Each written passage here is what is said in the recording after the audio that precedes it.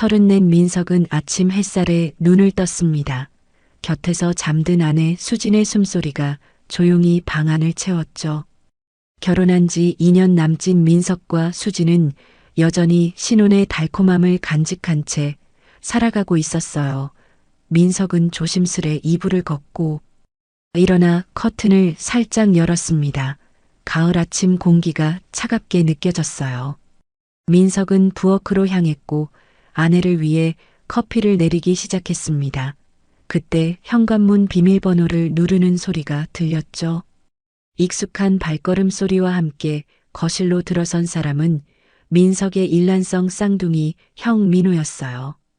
민호 왔어. 아침부터 뭐해? 민석은 형을 보며 미소 지었습니다. 민석과 민호는 얼굴뿐 아니라 목소리까지 똑같았어요. 하지만 성격은 정반대였죠. 민석이 안정적인 회사원이라면 민호는 자유로운 영혼을 가진 예술가였습니다. 민석 커피 마실래? 방금 내렸어. 민호 그래 좋지. 형제는 거실 소파에 나란히 앉아 커피를 마시며 이야기를 나눴습니다. 민호는 최근 참여한 전시회 이야기를 하고 민석은 회사 일에 대해 푸념했죠. 두 형제의 대화 소리에 수진이 부스스한 모습으로 나타났어요. 수진 오빠 언제 왔어? 민호 방금 왔어. 내 동생이 커피를 내려줬지. 수진은 남편과 시영이 나란히 앉아있는 모습을 보며 미소 지었습니다. 가끔은 민석과 민호를 헷갈릴 때도 있었지만 이제는 두 사람의 미묘한 차이를 구분할 수 있었어요. 수진은 부엌으로 가서 아침 식사를 준비하기 시작했습니다. 민호는 식사 후 자리를 떴고 민석은 출근 준비를 했어요. 평범한 일상이었지만 민석은 왠지 모르게 불안한 기분이 들었습니다. 마치 무언가 다가오고 있는 것 같은 예감이 들었어요. 2주 내내 민석은 바쁜 업무에 시달렸고 집에 늦게 돌아오는 날이 많았습니다. 그러던 어느 금요일 저녁 민석이 퇴근하고 돌아오자 수진이 식탁에 촛불을 켜고 와인을 준비해 두었어요. 특별한 날이 아니었기에 민석은 의아했지만 달콤한 놀라움으로 받아들였습니다. 하지만 그날 밤 수진의 표정에는 어딘가 긴장된 기색이 감돌았어요. 마치 중요한 비밀을 간직하고 있는 것처럼 보였습니다. 민석은 아내의 이런 모습을 처음 보는 것 같았죠. 두 사람은 와인을 마시며 조용히 대화를 나눴고 민석은 아내의 손을 꼭 잡았습니다. 수진은 그런 남편을 바라보며 복잡한 감정에 휩싸인 듯 했어요. 무언가 말하고 싶지만 꺼내지 못하는 그 무엇이 있는 듯 했습니다. 수진이 떨리는 목소리로 입을 열었습니다. 수진 민석아 사실은 말해야 할 게 있어. 민석은 아내의 심각한 표정에 긴장했습니다. 무슨 일이 있는 건지 알 수 없었죠. 수진의 눈에는 기쁨과 불안이 교차하고 있었어요. 수진 나 임신했어. 민석의 얼굴에 환한 미소가 번졌습니다. 아버지가 된다는 소식은 민석에게 큰 기쁨이었어요. 그는 자리에서 벌떡 일어나 수진을 안았죠. 민석 정말이야. 언제 확인했어? 수진 이틀 전에 병원에서 검사했어. 한 달 반 정도 됐대. 민석의 가슴은 기쁨으로 부풀어 올랐습니다. 부모가 된다는 생각에 책임감과 설렘이 동시에 밀려왔어요. 수진도 기뻐하는 듯 했지만 어딘가 불안한 기색이 보였죠. 민석은 그것을 임신 초기의 불안감으로 생각했습니다. 이 기쁜 소식은 곧 민석의 부모님과 민호에게도 전해졌어요. 모두가 축하해 주었고 특히 민호는 삼촌이 된다며 들떠 있었습니다. 그는 평소보다 더 자주 민석의 집에 들렀고 수진에게 임신 중 필요한 것들을 챙겨주었죠. 그러나 임신 소식을 전한 지 일주일이 지났을 때 모든 것이 변했습니다. 민석이 야근을 마치고 집에 돌아왔을 때 수진은 거실 소파에 앉아 울고 있었어요. 민석은 놀라서 수진에게 다가갔습니다. 민석 무슨 일이야? 왜 울어? 수진은 고개를 들어 민석을 바라보았습니다. 그녀의 눈은 붉게 충혈되어 있었고 손은 떨리고 있었어요. 민석의 가슴에 불안감이 스쳤죠. 수진, 민석아, 나 죽을 것 같아. 더 이상 혼자 이 비밀을 간직할 수 없어. 민석은 수진의 옆에 앉아 그녀의 손을 잡았습니다. 무슨 일인지 알 수 없었지만 아내를 안심시키고 싶었어요. 민석, 천천히 말해봐. 무슨 일이야? 수진은 깊게 숨을 들이마셨습니다. 마치 오랫동안 물속에 잠겨 있다가 수면 위로 올라온 것처럼 간절하게 공기를 들이마셨죠. 그리고 떨리는 목소리로 말했어요. 수진, 그 아이 당신 아이일 수도 있지만 민호 오빠 아이일 수도 있어. 순간 민석의 머릿속이 하얘졌습니다. 방금 들은 말이 현실인지 악몽인지 구분할 수 없었어요. 귀를 의심했고 자신의 모든 감각이 마비된 것 같았죠. 민석의 입에서는 아무 말도 나오지 않았습니다. 수진은 계속해서 울며 말을 이어갔어요. 민석이 출장 간 날, 민호가 술에 취해 집에 왔다고 했습니다. 둘 다 많이 취했고 자세한 기억은 나지 않지만 다음 날 아침 민호가 소파에서 잠들어 있었다고 했어요. 수진은 그날 일이 계속 마음에 걸렸지만 아무 일도 없었기를 바랐다고 했습니다. 민석은 얼어붙은 채 수진의 이야기를 들었습니다. 형과 아내, 그리고 뱃속의 아이, 자신의 모든 세계가 한순간에 무너져 내리는 기분이었어요. 민석의 마음속에는 분노와 배신감, 그리고 깊은 상실감이 휘몰아쳤습니다. 하지만 아직도 그는 이 현실을 받아들일 수 없었어요. 민석은 자리에서 천천히 일어났습니다. 그의 얼굴에서 모든 감정이 사라졌어요. 마치 누군가 그의 영혼을 빼앗아간 것 같았죠. 수진은 계속해서 흐느끼며 용서를 구했지만 민석의 귀에는 들리지 않는 듯 했습니다. 민석, 형한테 전화할게. 그는 감정 없는 목소리로 말했어요. 수진은 놀란 눈으로 민석을 바라보았지만 그를 막을 수 없었습니다. 민석은 휴대폰을 들고 베란다로 나갔어요. 차가운 밤 공기가 그의 얼굴을 때렸죠. 민석은 형의 번호를 눌렀습니다. 민호, 여보세요. 민석, 지금 우리 집으로 와. 민호, 무슨 일이야, 이 시간에.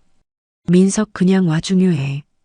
전화를 끄는 민석은 베란다 난간을 꽉 잡았습니다. 손마디가 하얗게 변할 정도로 세게 잡았어요. 머릿속에는 수진과 민호의 모습이 계속해서 떠올랐죠. 그는 눈을 감고 깊게 숨을 들이마셨습니다. 30분 후 민호가 도착했어요.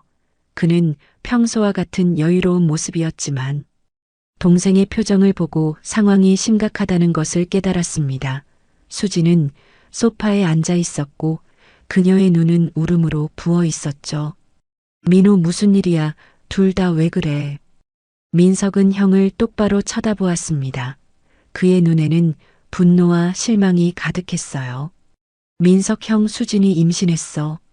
민호, 응, 알아, 축하한다고 했잖아. 민석, 근데 문제가 생겼어. 수진이가 그러는데 그 아이가 형 아이일 수도 있대. 민호의 얼굴에서 혈색이 싹 가셨습니다. 그는 당황한 듯 수진과 민석을 번갈아 쳐다보았어요. 민호, 무슨 소리야? 그럴 리가 없어. 민석, 내가 출장 간 날 기억나? 형이 술 마시고 우리 집에 왔었지. 민호는 말문이 막힌 듯 했습니다. 그는 기억을 더듬었고 천천히 고개를 끄덕였어요. 민호, 그날 많이 취해서 집에 가기 힘들어 잠깐 들렀던 건 기억나. 하지만 그런 일은 없었어, 절대로.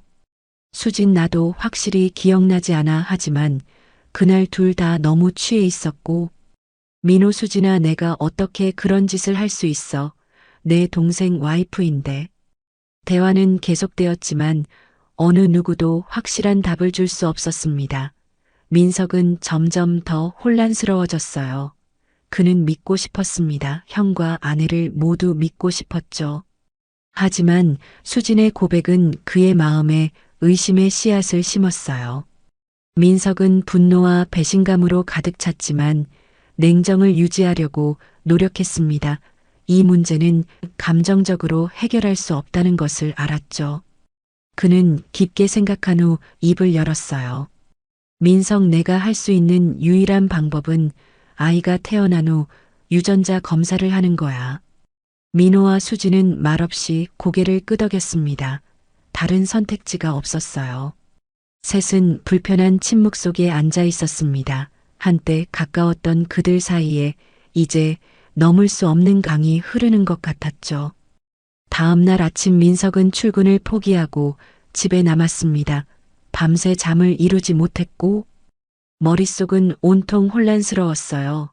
수지는 조용히 아침 식사를 준비했지만 둘 다 입맛이 없었죠. 식탁에 앉은 두 사람 사이에는 어색한 침묵만이 흘렀습니다.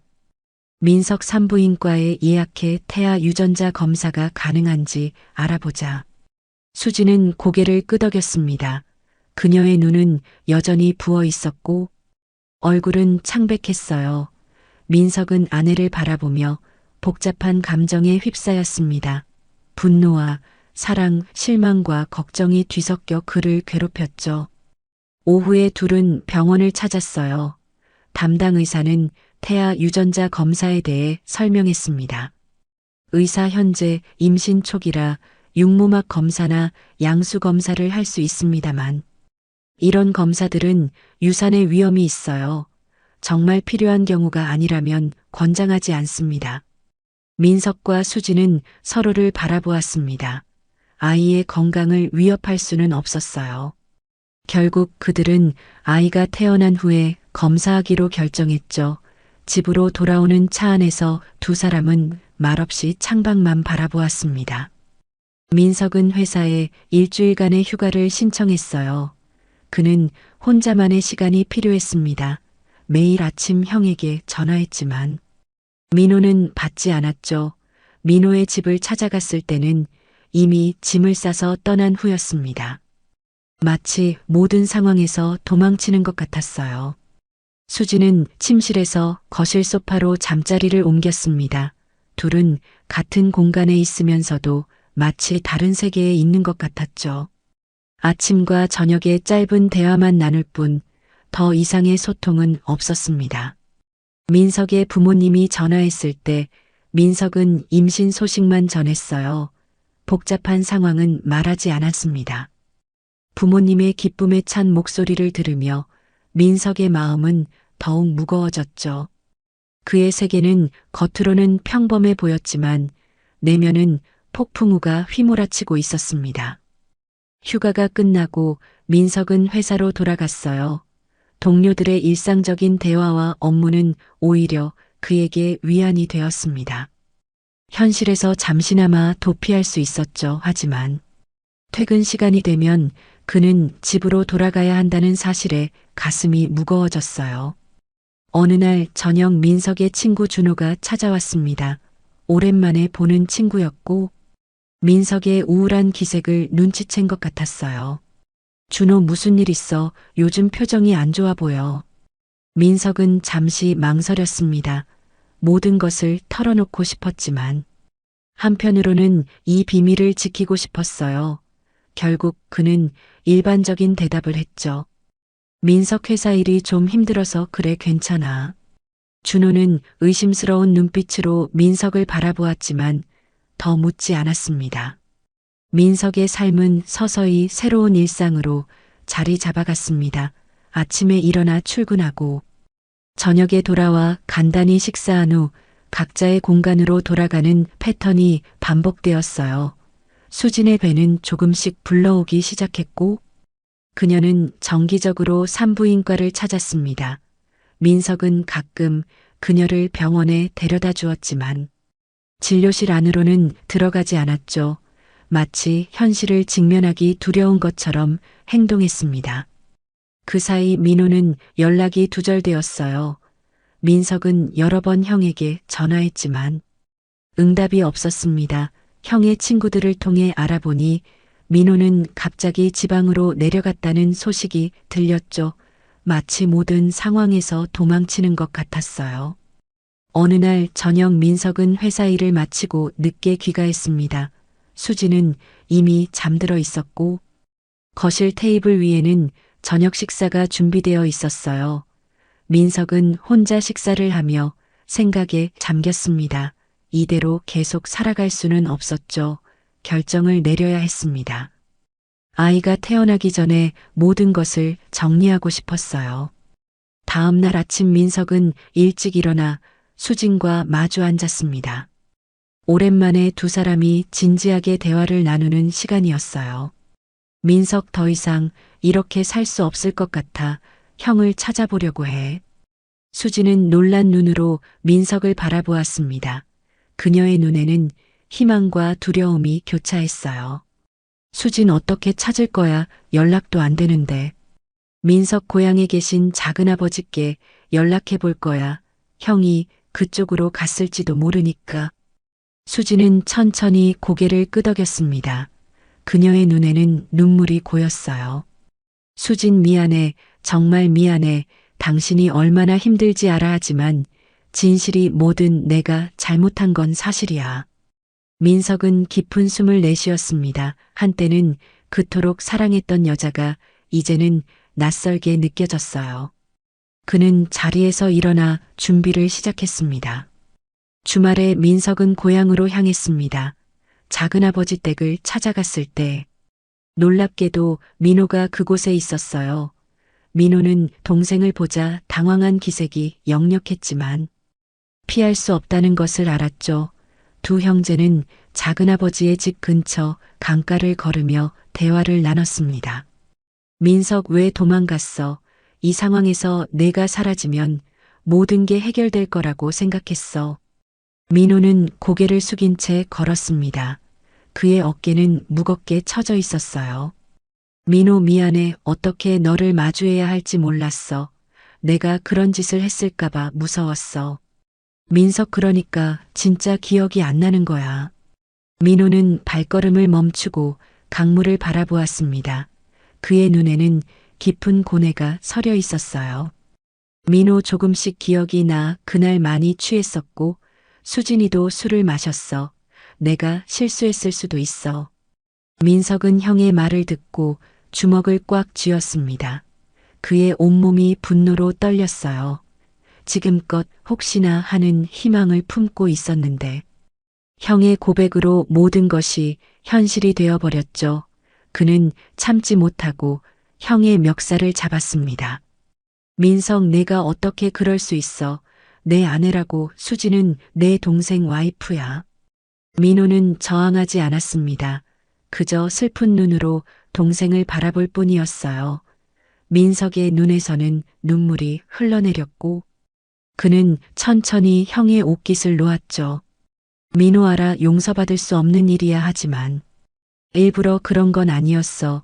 술에 취했다는 건 변명이 안 된다는 걸 알아. 그래도 내가 알아줬으면 해. 민석은 형에게서 등을 돌리고 강가를 바라보았습니다. 두 사람 사이에 흐르는 강물처럼 이제 그들 사이에는 건널 수 없는 강이 생겨버린 것 같았어요. 어릴 적부터 함께 자라온 쌍둥이 형제였지만 이제는 낯선 사람이 되어버렸죠. 민석 아이가 태어나면 유전자 검사를 할 거야. 그때 확실히 알 수 있을 거고. 민호 그래. 당연히 그래야지. 결과가 어떻게 나오든 내가 책임질게. 민석은 비웃듯 웃었습니다. 책임이라는 단어가 이 상황에서 얼마나 공허하게 들리는지. 형은 모를 거라고 생각했어요. 그는 천천히 걸음을 옮겼고 민호는 그 뒤를 조용히 따랐습니다. 고향에서 돌아온 후 민석은 수진에게 민호와의 대화에 대해 이야기했어요. 수진은 묵묵히 듣고 있다가 갑자기 흐느끼기 시작했습니다. 수진 그러니까 그날 정말로 우리가 그랬던 거야. 기억이 확실하지 않아서 혹시나 했는데. 민석 형도 기억이 완전하진 않대 하지만 가능성이 높다고 했어. 수진은 얼굴을 두 손으로 가리며 계속해서 울었습니다. 그녀의 어깨가 흔들렸고 숨을 제대로 쉬지 못하는 것 같았어요. 민석은 그런 수진을 바라보며 마음이 복잡했습니다. 한편으로는 그녀를 위로하고 싶었지만 다른 한편으로는 그녀에게 분노를 느꼈죠. 시간이 흘러 수진의 임신은 5개월이 되었습니다. 그녀의 배는 눈에 띄게 불러왔고 초음파 검사에서는 아이가 건강하게 자라고 있다는 소식을 들었어요. 민석은 여전히 병원에 함께 가지 않았지만 수진이 가져온 초음파 사진을 몰래 보곤 했습니다.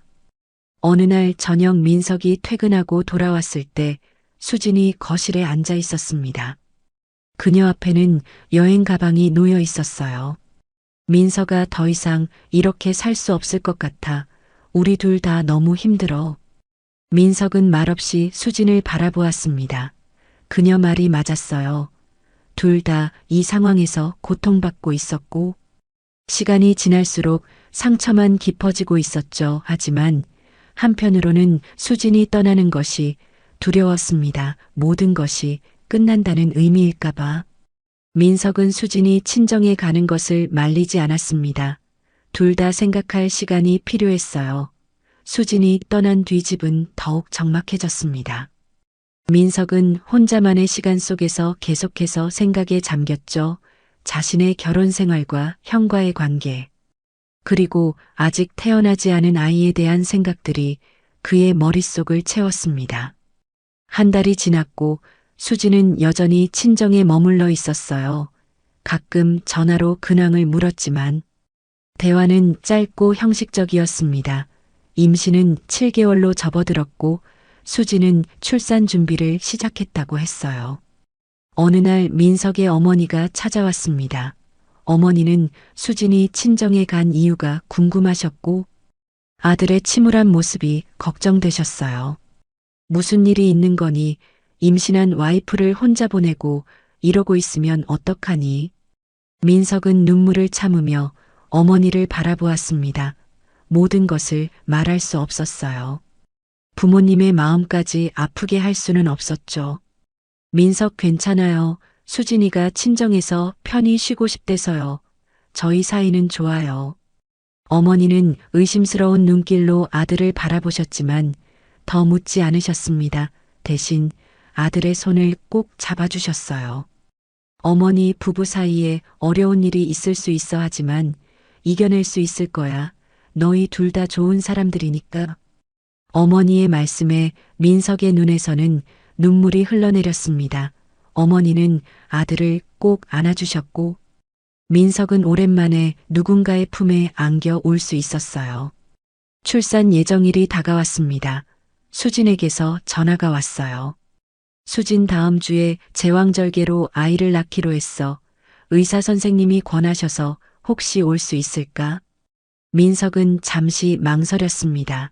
아이의 출생 순간에 함께하고 싶었지만 동시에 두려웠어요. 그 아이가 정말 자신의 아이가 아니라면 어떻게 해야 할지 몰랐죠.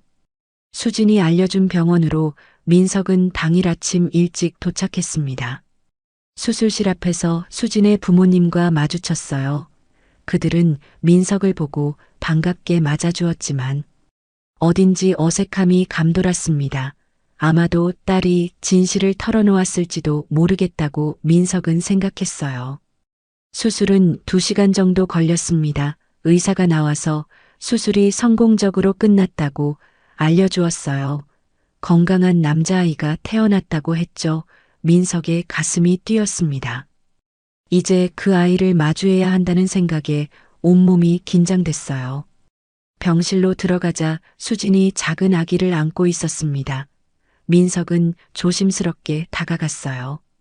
아기는 작고 붉은 얼굴로 세상을 향해 첫 울음을 터뜨린 후 이제 평온하게 잠들어 있었죠.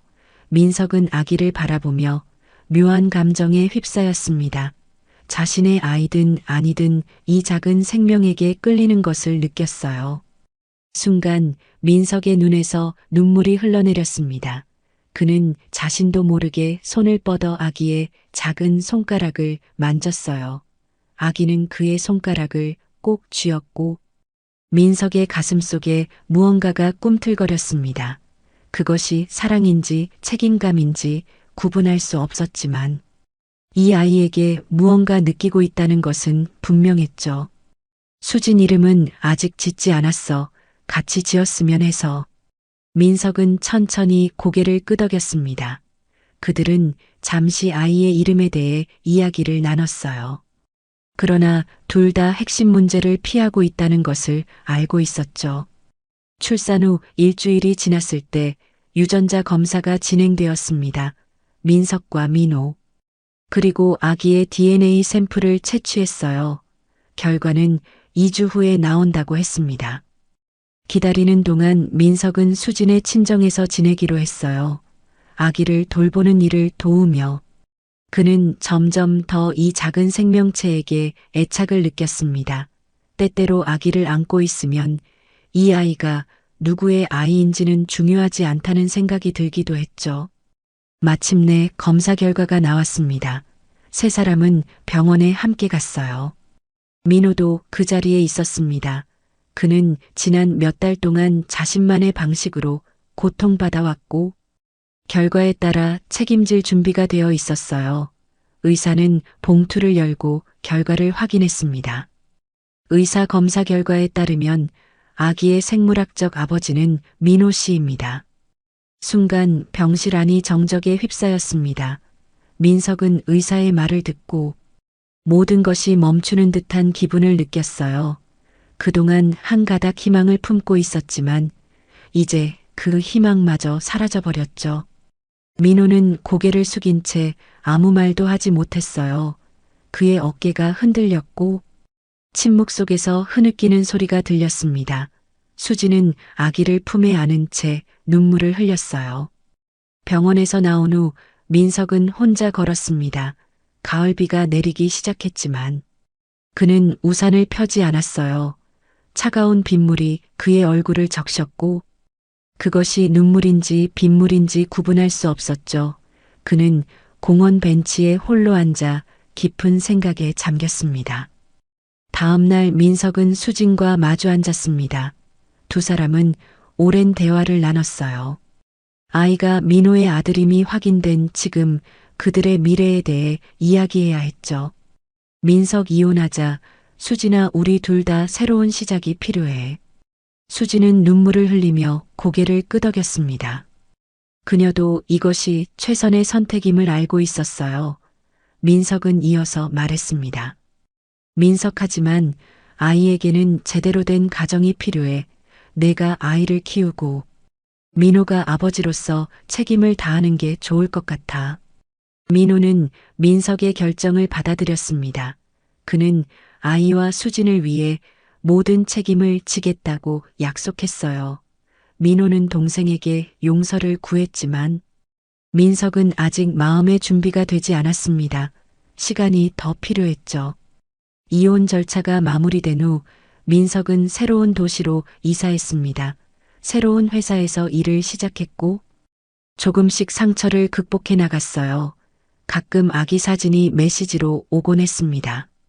민석은 그 사진을 볼 때마다 복잡한 감정에 휩싸였지만 그 아이의 행복을 진심으로 바랐죠.